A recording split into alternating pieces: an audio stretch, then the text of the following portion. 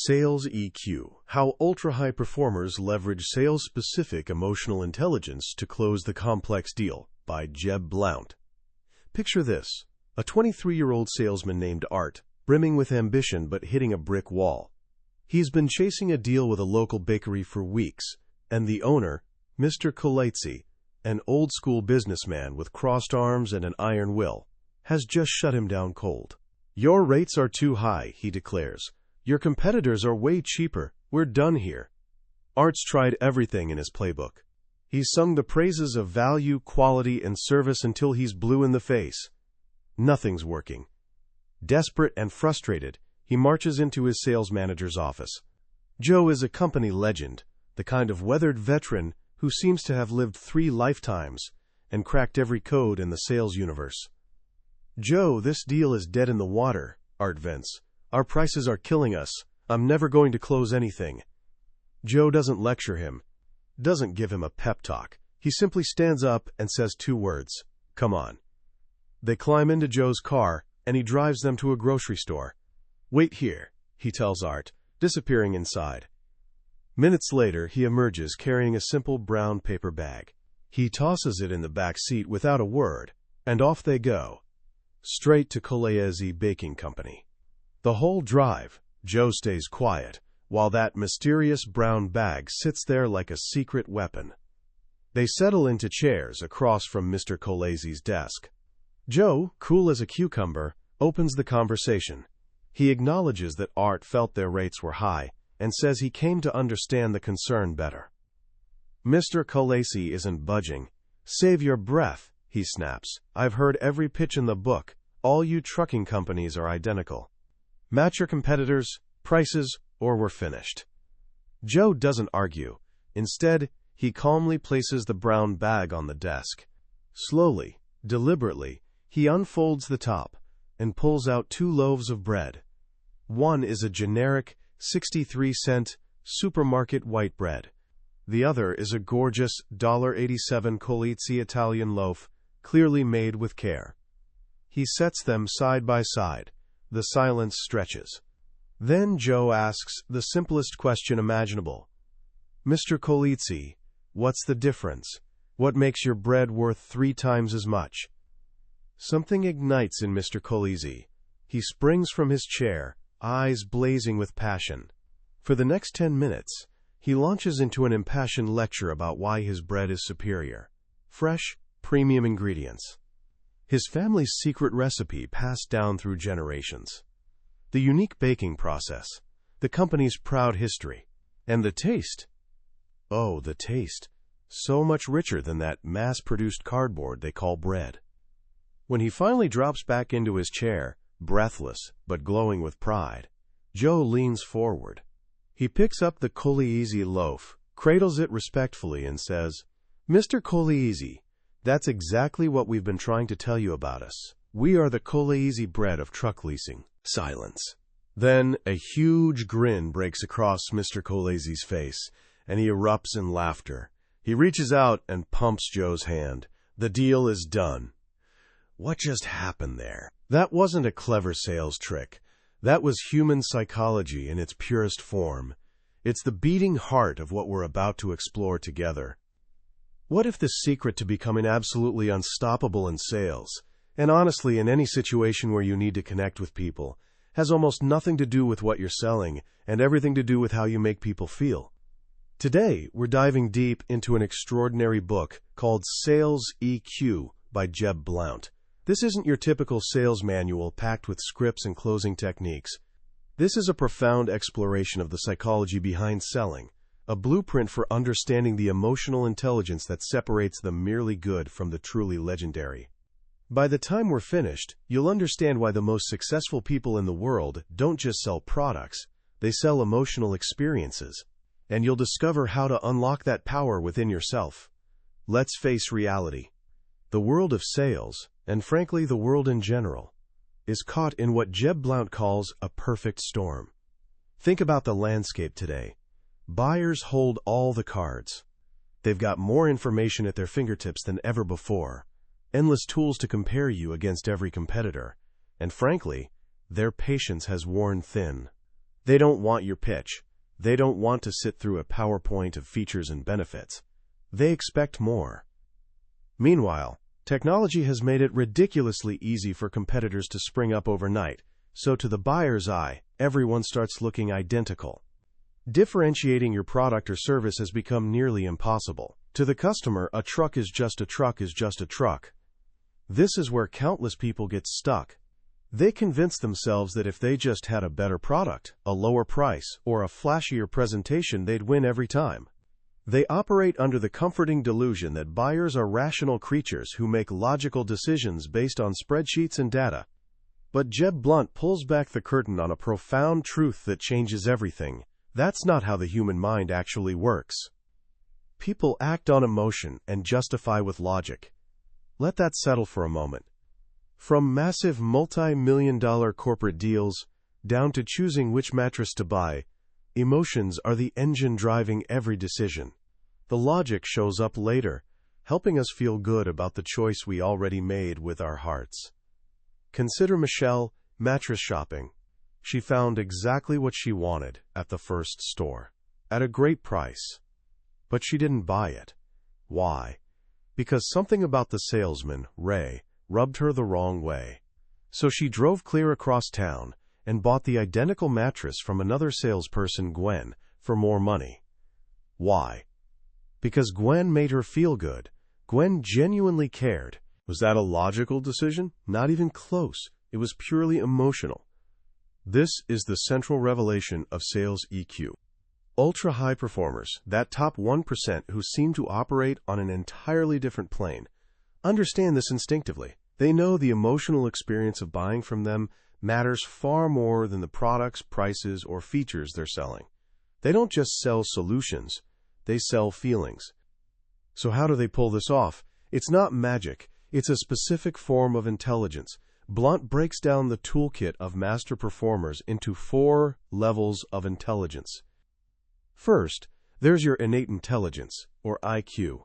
This is raw smarts, what you're born with. It matters, absolutely. Smart people are curious, they learn quickly, and they grasp the big picture.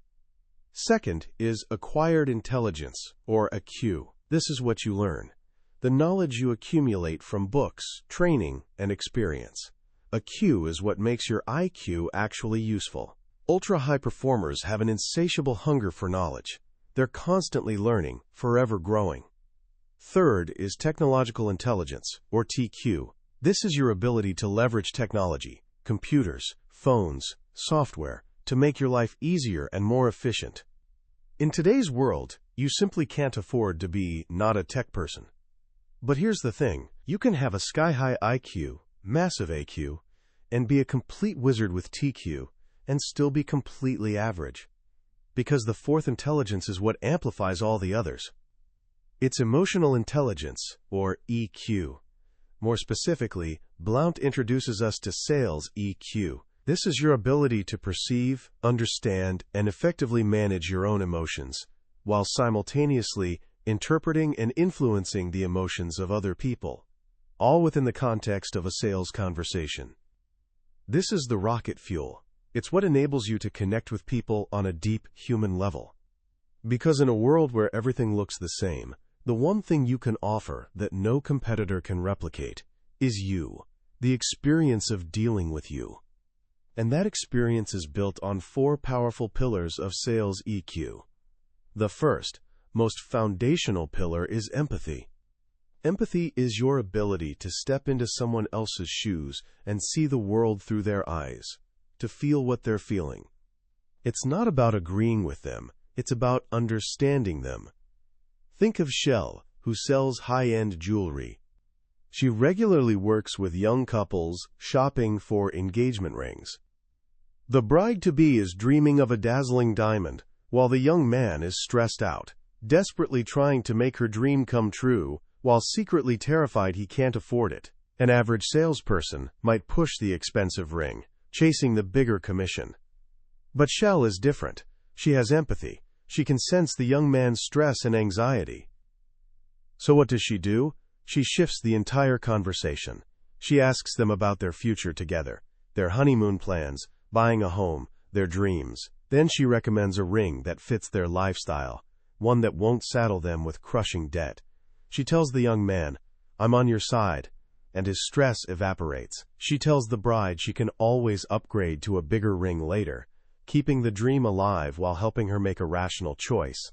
Does she close the sale? Almost every single time. But more importantly, she creates customers for life who send all their friends her way. That's the power of empathy. It's about being other-focused, not self-focused. Now, it's important to understand where you fall on the empathy spectrum. Some people are naturally hyper-empathetic, while others, especially competitive, driven types, might lean more self-centered. That's perfectly okay. Blount's point is that empathy can be intentional. You can make a conscious choice to be curious about other people, to listen deeply, and to genuinely try to understand their world. The second pillar of sales EQ is self-awareness. This is the mother of all emotional intelligence. It's your ability to look in the mirror and see yourself for who you truly are, your strengths, your weaknesses, your emotional blind spots, and how your communication style impacts others. This is incredibly difficult. Our minds prefer the warm comfort of delusion over the cold sting of reality. Ultra-high performers aren't perfect. Far from it. But they're intensely aware of their imperfections. They know their shortcomings and actively work on them. So how do you develop this kind of awareness? Blount offers several keys. One is taking psychometric assessments like DISC or Myers-Briggs to understand your natural communication style. Are you a direct, get-to-the-point director? Maybe a data-driven, methodical analyzer? Perhaps a high-energy, storytelling socializer? Or a steady, people-pleasing consensus builder? There's no right or wrong style, but when you know yours, you can learn to flex it to better connect with people who are wired differently. Another key is actively seeking feedback. Ask your manager, a mentor, or a trusted colleague for their honest assessment of your performance and style. It can sting to hear, but you can't change what you can't see. And one of the most powerful tools is simple self-reflection. Taking just 20 minutes a day to sit in silence, to think about your day, your interactions, your goals. This practice lets you spot the weeds in your life, those bad habits or negative thought patterns, before they grow and choke out your success.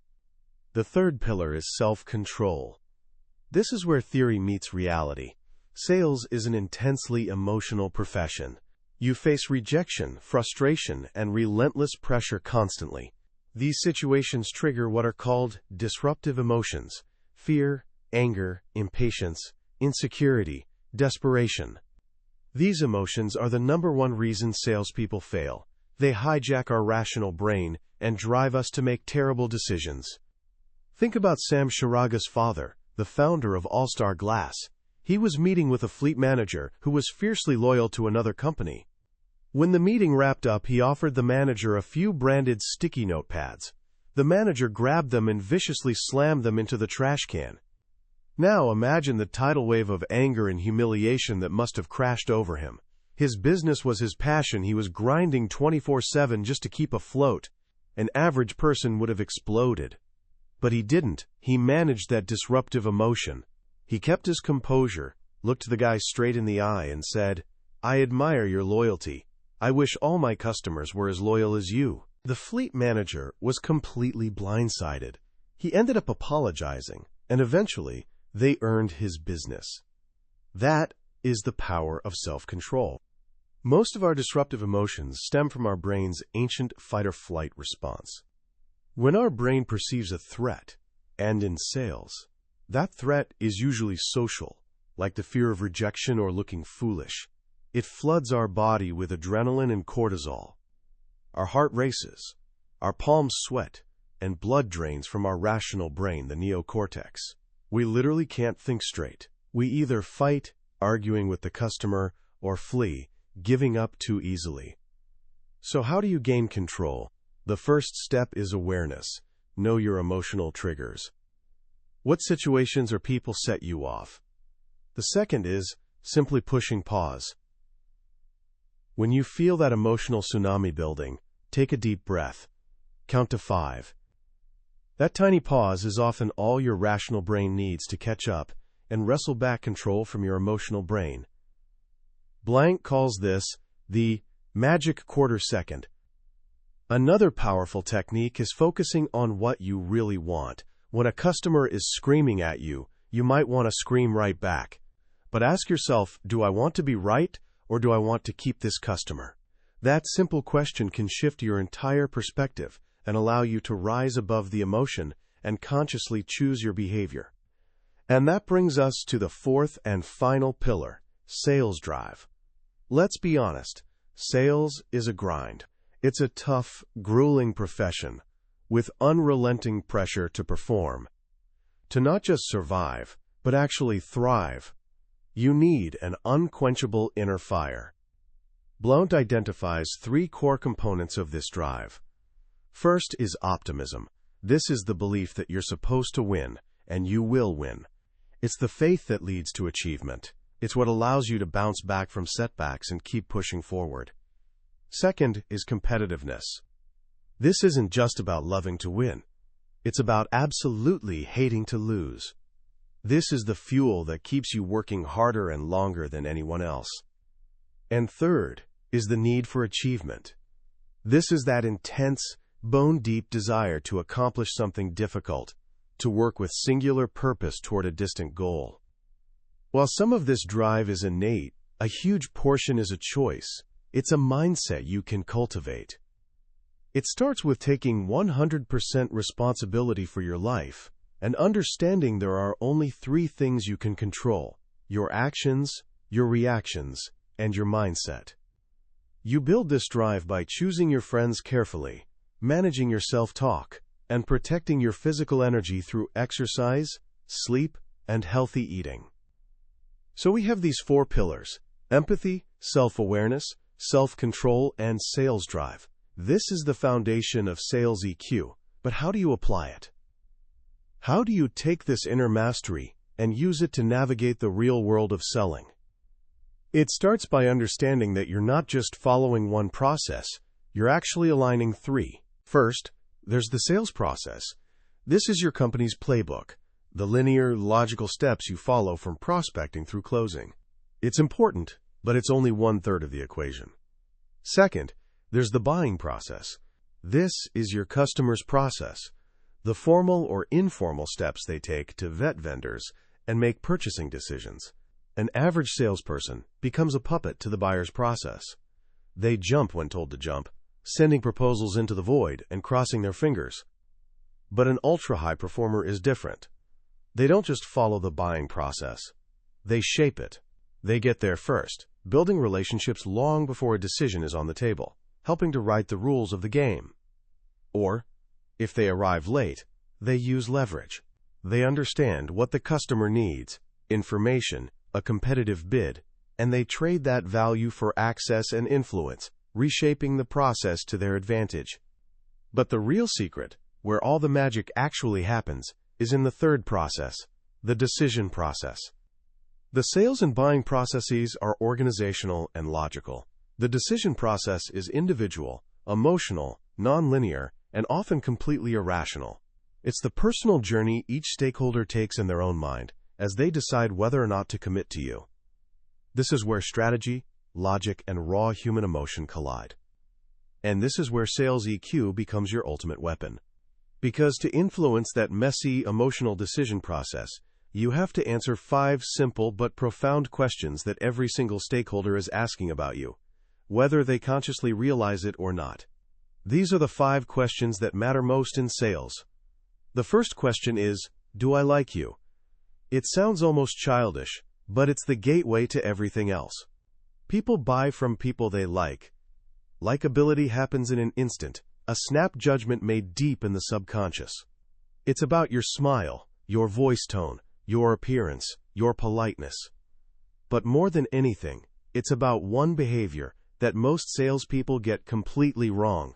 They talk instead of listening. The fastest way to become unlikable is to pitch slap someone, to show up and vomit your features and benefits all over them. Nobody likes being pitched. Ultra-high performers resist this urge with everything they've got. They make the other person the center of attention. They understand that we tend to like people who seem to like us. And the best way to show you like someone is to be genuinely interested in them. The second question is, do you listen to me? This is the #1 complaint buyers have about salespeople. They don't listen, and they're absolutely right. We live in a world where everyone's screaming to be heard, but nobody's actually listening. Listening is hard. It requires turning off that constant chatter in your own head, fighting the urge to interrupt, and giving someone your complete, undivided attention. But when you truly listen, something incredible happens. You activate what researchers call the self-disclosure loop. When people talk about themselves, their brain releases a little shot of dopamine, the same feel-good chemical associated with food, money, and love. It feels good, so they talk more, which releases more dopamine, and they feel even better. They start to feel an emotional connection to you, not because of anything clever you said, but because of how you made them feel, by simply listening to their story. The third question is, do you make me feel important? The most insatiable human need is the need for significance. We all desperately want to feel that we matter. The greatest gift you can give another person is making them feel important. How do you do that? You use their name. You remember small details about them. You give sincere compliments. You ask for their advice. And, of course, you listen to them. When you give this gift, you trigger another powerful psychological principle, the law of reciprocity. When someone gives us something of value, we feel a deep, almost subconscious obligation to give something back. By making a stakeholder feel important, you create a feeling of obligation. This makes it far more likely they'll repay your gift by giving you what you ask for, their time, information, or their business. The fourth question is, do you get me and my problems? In today's age of transparency, every company's website, brochure, and sales pitch sounds exactly the same. The only way to truly differentiate yourself is proving that you understand your stakeholders' unique world. Every person believes their situation is special. When you show up with a generic, cookie-cutter pitch, you're sending a loud message, I don't get you, I haven't taken the time to understand you. Ultra-high performers are different. They invest the time to do their homework. They walk the factory floor. They ask deep, thoughtful questions. They learn their customers' language, the jargon, the acronyms, the specific ways they describe their challenges. Then they build a bridge. A bridge is your way of connecting your solution to their specific problem in their language. It follows a simple 3-step framework. First, you state the problem exactly as they described it. Second, you make a personalized recommendation. And third, you paint a vivid picture of the planned result, the better future they'll experience by following your recommendation. This isn't a pitch. It's a personalized blueprint that proves you were listening and that you truly get them. And finally, the fifth and most crucial question, do I trust and believe you? Trust is everything. Without it, relationships crumble, deals stall, and objections become impossible to overcome. Stakeholders walk into every sales conversation carrying a lifetime of emotional baggage about salespeople. They're suspicious of your motives. You don't earn trust with one grand gesture. You earn it one brick at a time. Through consistency, you build what Stephen Covey called an emotional bank account. You make deposits by keeping your promises, showing up on time, being prepared, listening, and doing the right thing, over and over again. Little things, like returning a phone call promptly or having a clean, error-free proposal, make a huge difference because they're tangible proof that your words and your actions are aligned. Trust is the ultimate weapon against the status quo. People are naturally afraid of change. The status quo, even if it's painful, feels safer than the unknown. Trust is the only force powerful enough to overcome that fear and give someone the courage to take a leap of faith with you. When you can confidently say that you've answered all 5 of these questions with a resounding yes for every stakeholder, something amazing happens. Asking for the business is no longer a scary high-pressure moment. It becomes the natural, easy, almost anticlimactic final step in a journey you've taken together. You haven't closed them. You've simply earned the right to ask. This is the path of the ultra-high performer. It's not about being slick or manipulative. It's about being deeply, authentically human. It's about mastering your own emotions so you can connect with and serve the emotions of others. That is the essence of sales EQ. As we step back and survey the landscape Jeb Blount paints in Sales EQ, what strikes me most is how profoundly this book transcends the world of sales. At its core, this isn't really a book about selling products. It's a book about human connection. It's a guide to understanding the invisible forces, the emotions, the biases, the deep-seated needs that shape every single one of our interactions. The most powerful lesson, for me, is the radical shift in perspective from being self-focused to being other-focused. We're all, by nature, the heroes of our own story. We spend most of our day thinking about ourselves, our goals, our problems. The revolutionary idea in Sales EQ is that true influence, real success, comes when we consciously decide to make the other person the hero of the story. When you stop trying to be interesting and instead focus on being interested, the entire dynamic of a relationship transforms. When you make it your mission to listen, to understand, to make another person feel important and heard, you give them a gift that's incredibly rare in our noisy, distracted world. That gift builds a bridge of trust more powerful than any feature, benefit, or price point could ever be. Blount's framework of the 5 questions: do I like you? Do you listen to me? Do you make me feel important? Do you get me and my problems? Do I trust and believe you? Is more than a sales checklist.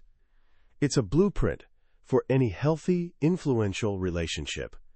Whether you're a leader trying to inspire your team, a parent trying to connect with your child, or a friend trying to offer genuine support, the principles are universal. So how can you start putting this into practice today? Let me offer a couple of simple actions. First, for the next week, go into every single conversation, whether it's with a customer, a colleague, or a family member, with one primary goal: listen more than you speak. Make a conscious effort to ask open-ended questions, and then just be quiet. Fight that powerful urge to interrupt, to tell your own story, or to offer a solution. Just listen. See what you discover. Notice how it makes the other person feel, and notice how it changes the quality of the connection. Second, practice intentional empathy before your next important meeting. Take 5 minutes and think about the person you're going to speak with. Step into their shoes. What are they worried about? What does success look like for them? What pressures are they under? By simply considering their world before you enter it, you'll naturally shift from a mindset of, what can I get, to, how can I serve? That shift, though small, will change everything. That was a summary of Sales EQ by Jeb Blount. We've touched on the big ideas today, but I hope you can feel that this is more than just a collection of tactics. It's a deep, thoughtful philosophy on how to navigate the human world with integrity and influence. A summary like this can give you the map, but it can't take you on the journey. The real transformation happens when you immerse yourself in the stories and lessons firsthand. If any of the ideas we discussed today sparked something in you, a curiosity, a recognition of a pattern in your own life, I wholeheartedly encourage you to pick up a copy. Reading it isn't just about becoming a better salesperson. It's about becoming a more perceptive, empathetic, and influential human being. The link to the book is in the description. Also, if you found this summary valuable and it gave you something to think about, please do me a small favor and hit that subscribe button. It tells us we're on the right track and ensures you won't miss our next exploration into another life-changing book. Let's keep learning and growing together.